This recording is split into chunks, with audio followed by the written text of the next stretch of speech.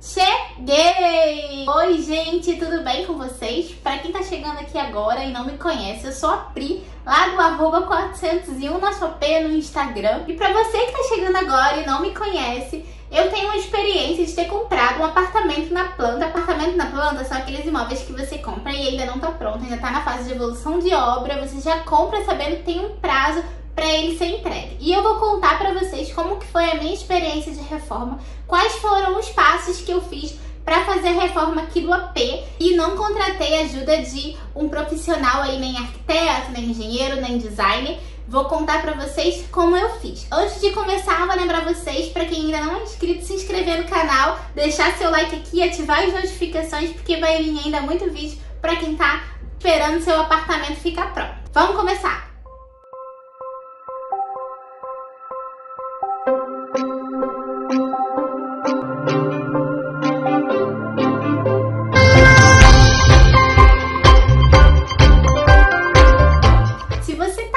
Acabou de receber a notícia que vai pegar as chaves do seu apartamento que estava em obra, ou que tá começando a fazer uma reforma num apartamento e tá louco, sem saber por onde começar com a sequência. E agora eu vou contar pra vocês como que eu fiz, as coisas que deram certo e as coisas que eu faria diferente. Primeiro, eu vou falar sobre a pré-obra.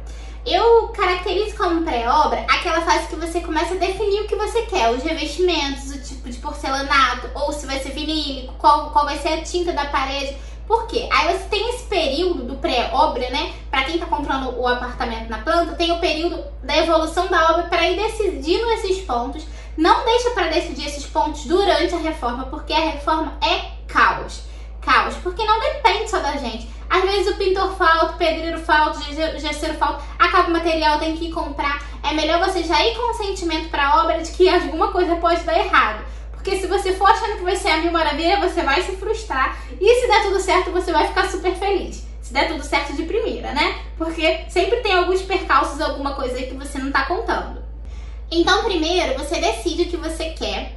E se você conseguir comprar, né, para antecipar aí uma das fases de compra para não deixar acumulado com a reforma, porém com a entrega agendada para a data mais ou menos da reforma. Eu sei que é um pouco difícil, porque às vezes o apartamento atrasa a entrega, aí fica difícil de agendar a entrega. Mas o que eu fiz? Para eu começar a me antecipar, eu acabei comprando. Foi bom porque era um dinheiro que teoricamente eu estaria guardando e eu acabei me antecipando. Mas eu fiz a besteira de pegar o material e mandar entregar lá na casa dos nossos pais. E aí o que aconteceu? Quando o apartamento foi entregue, eu tive que trazer todo aquele material de lá pra cá. O meu apartamento é um prédio simples, tem 5 andares, eu moro no quarto, não tem elevador e a gente teve que subir todo o material. Meus porcelanatos tem tamanho de 90 por 90. Imagina o peso que foi. Então tem que tomar cuidado na hora de comprar, se não for agendar a entrega, porque senão você vai ter esse problema aí de transportar o material, assim como os eletrodomésticos que são maiores também. Uma outra coisa que vocês precisam já saber na pré-obra é ter noção de onde ficarão os móveis. O que eu fazia? Eu pegava a planta e desenhava mesmo com lápis. O sofá, e aí eu media. Bom, o sofá que eu quero tem 2,50 metros. A minha sala tem 5 metros. Quanto que vai me sobrar de circulação? Ou então, quando você for ao apartamento, você consegue desenhar no chão, sabe? Desenhar e você consegue ficar circulando para você ver mais ou menos quanto você vai ter de circulação. Outro ponto importante é você saber quantos eletrodomésticos. Por quê? A construtora, pelo menos a minha, que foi a MRV, ela entrega com o mínimo possível de pontos de energia, de pontos de luz, e tudo eu precisei aumentar.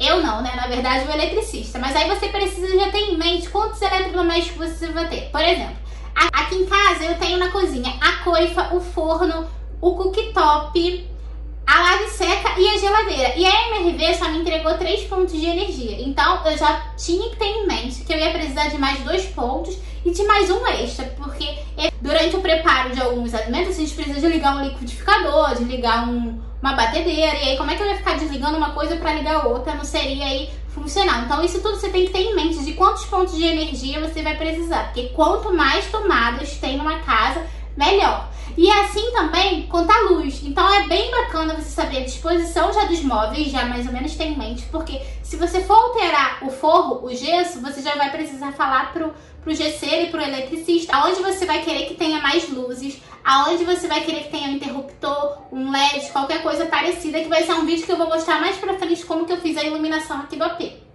Beleza, esse então foi o nosso pré-obra. Agora vamos à primeira etapa. Na etapa 1 é a demolição. Demolição, tudo que você não quiser. Por exemplo, eu arranquei toda a cerâmica aqui do meu apartamento. Eu sei que tem algumas construtoras que não permitem arrancar, que permitem só pôr por cima. Eu não coloquei piso sobre piso, porque a cerâmica entregue pela construtora era irregular. Então, a cerâmica era aquela de 30 por 30 e o meu piso era de 90 por 90. Algumas funções, ele não iria ficar nivelado, correndo o risco aí de trincar o porcelanato. Então, o pedreiro preferiu arrancar tudo. E a nossa mureta que passa prato também, que é um móvel super funcional, ela era de alvenaria e eu tirei ela, derrubei, né, já que ela não tinha nenhuma estrutura, era uma mureta mesmo, era 1 metro de altura, não tinha nenhuma coluna. Eu tirei e construí um armário MDF. Então a demolição é isso, você tira tudo que você não vai usar e descartar. A pior parte também foi essa, o descarte. Foi muito entulho, muito entulho. E aí tem que ensacar, tem que ter um local de descarte. Aqui a gente deu a sorte de ter ainda uma caçamba daquelas de descarte de obra, porque a construtora na época ainda estavam fazendo algumas obras aqui no condomínio na área comum. Então a gente conseguiu descartar lá. Mas se não for esse o caso do seu condomínio, você vai ter que procurar de repente uma empresa que faça esse descarte de forma adequada. E aí de novo tivemos que descer 4 andares com todo aquele entulho. Foi um caos, mas graças a Deus deu tudo certo. Agora vamos para a etapa número 2, que é a infraestrutura, que foi o que eu falei lá no início do vídeo.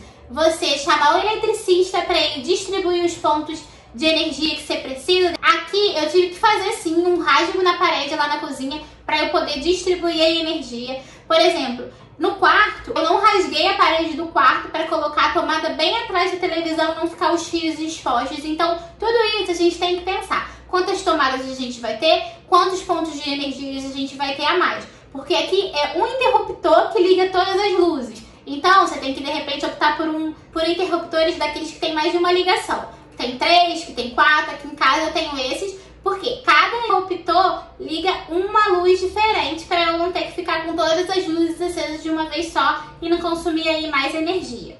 É importante também você ver a hidráulica. Aqui no apartamento, a construtora entregou a saída de água da máquina de lavar. Em alguns apartamentos, eles não entregam. Então aí é importante vocês verificarem isso, se tem a saída, tanto a entrada quanto a saída da máquina de lavar. E se você optar por aqueles bebedouros elétricos. Então você vai ter que ter também aí mais uma saída de água, que a construtora ela não entrega essa saída para um bebedouro. Etapa número 3. Bom, a etapa número 3, eu fiz aqui o forro, né? O meu rebaixamento de gesso, que é feito em drywall.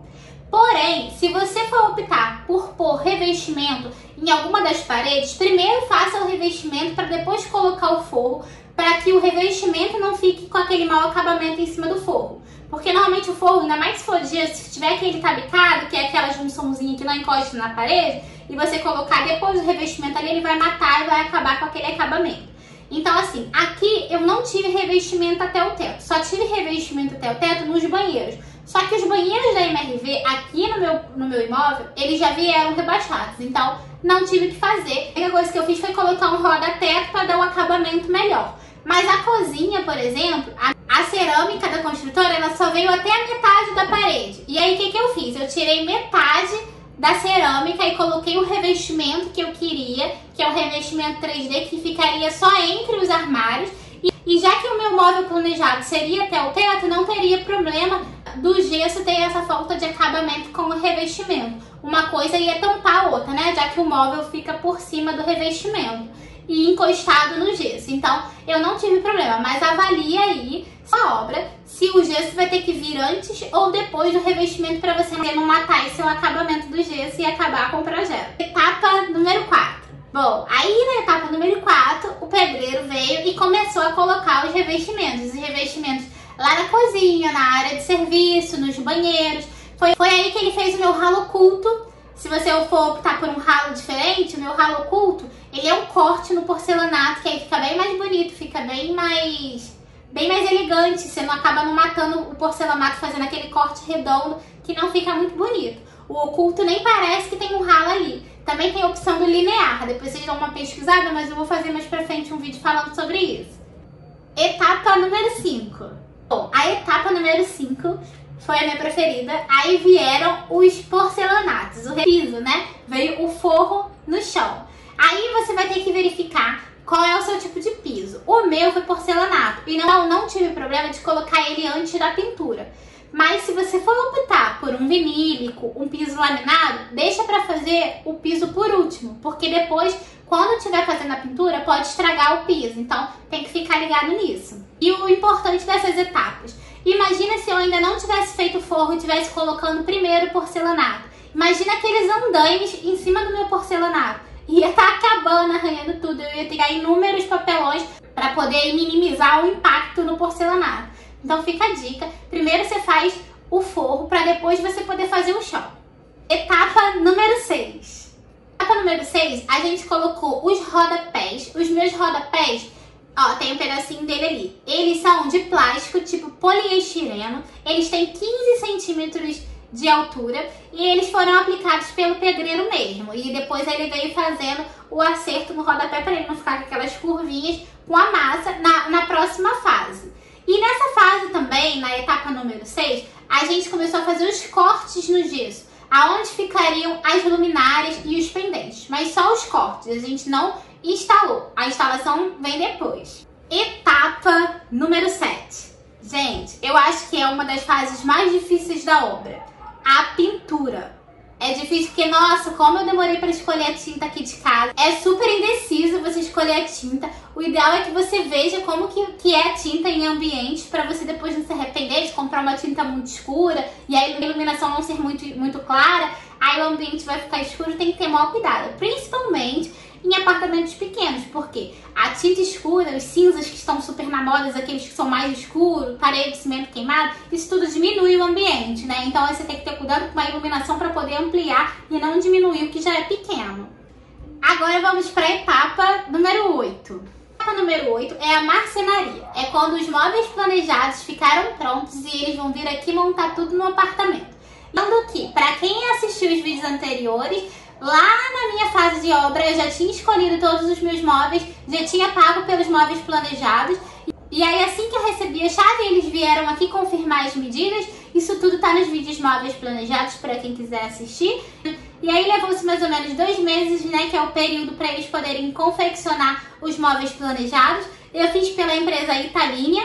E aí, quando os móveis chegaram lá na empresa, eles me avisaram: olha, já estão aqui os móveis, quando que a gente pode instalar? Estava quase com a obra pronta, eu prorroguei só para mais 2 semanas para frente, só para dar tempo da gente limpar, tá tudo direitinho, e eles poderem vir aqui instalar os móveis. Por isso é importante você não colocar nenhum pendente, nenhuma luminária, porque dependendo do móvel, na hora que vai passar, pode encostar e danificar aí alguma luminária. Etapa número 9. Bom, a etapa número 9 aqui comigo foi a marmoraria. Por quê? Quem me indicou dessa forma foi a empresa de planejados, que foi a própria empresa de planejados que me indicou a marmoraria. E ele falou que um acabamento melhor do mármore, das pedras, da bancada, seria depois da montagem dos móveis, ele colocando por cima. Depois, eu pesquisando, eu vi que o ideal é você colocar as bancadas, chamar a marmoraria, depois que você termina o revestimento. Por quê? Aí eles vão colocar aquelas mãos francesas para ela poder suportar o peso da pedra. Aqui no meu caso, não tem mão francesa em todas as pedras, então acho que os 70% do peso da pedra, ela tá sobre o armário. E se eles colocassem de uma forma mal colocada, o que ia acontecer? As gavetas, as portas, elas poderiam empenar, ou então quando você fosse abrir fazendo aquele barulho. Sou péssima para efeitos sonoros, mas vocês entenderam o que é. Fora que, imagina se você tá com seus móveis são brancos. A minha pedra foi branquinha, então eu não tive problema com sujeira. Porque as pedras, elas já vêm prontas lá da marmoraria, né? Mas em alguns casos precisa fazer um ajuste ou outro com a serra. Gente, é muita sujeira. Eu precisei fazer um ajuste aqui com a pedra lá da área de serviço, que é a São Gabriel. Nossa senhora, eu não gosto nem de me lembrar. Os meus espelhos que já estavam montados, os meus móveis já estavam montados, você não conseguia ver nada. Então, assim, eu tive que limpar de novo. Então, eu não recomendo chamar a marmoraria depois dos móveis estarem prontos. Eu tive a sorte, ficou tudo bem perfeito, não tem empenado, mas eu acho que foi uma sorte. Etapa número 10. E a última etapa, acabamentos finos. Aí sim, você vai começar a instalar suas luminárias, os seus espelhos, as suas torneiras. Lembrando que quando você for colocar a torneira, você já tem que avisar a marmoraria qual é o tipo da sua torneira para eles fazerem o rasgo, trazerem a pedra já com os rasgos, de acordo com o tamanho da torneira, né? Porque tem torneira que tem um rasgo menor, outras que tem rasgos maiores. Aí você pode colocar os seus pendentes, os seus espelhos, o box, o blindex, tudo que for de acabamento fino você já pode começar a trazer. Depois você faz aquela limpeza pós-obra. Tem muita gente que pega e mete a mão na massa. Eu fui uma pessoa que fiz isso. Inclusive, o pó da obra fica aí para mais de mês. Acredito que quando você contrata uma empresa, ele vem com os produtos específicos para fazer o pós-obra. E aí vai limpar tudo bem direitinho. Porque até o rejunte sempre fica um pouquinho para fora. E aí aquela empresa ela traz... É como se fosse aqueles estiletes que aí vai raspando e vai tirando aquele pozinho e fica bem perfeito, depois não fica subindo pó. O gesso também desce muito pó, mas final de obra eu já não tinha mais dinheiro pra nada. Então a gente teve que colocar a mão na massa aí. Mas se você puder se programar pra já contratar uma empresa, vai ser excelente. Eles vão limpar em um dia o que eu levei 3 pra limpar. Gente, chegamos ao fim aqui de mais um vídeo. Essa que foi a nossa etapa, como que eu fiz e deu certo. Espero que vocês tenham gostado. No próximo vídeo eu vou trazer um conteúdo também super legal para quem tá construindo. E não se esqueça de se inscrever no canal e ativar as notificações para não perder nada. É isso. Beijo e até a próxima.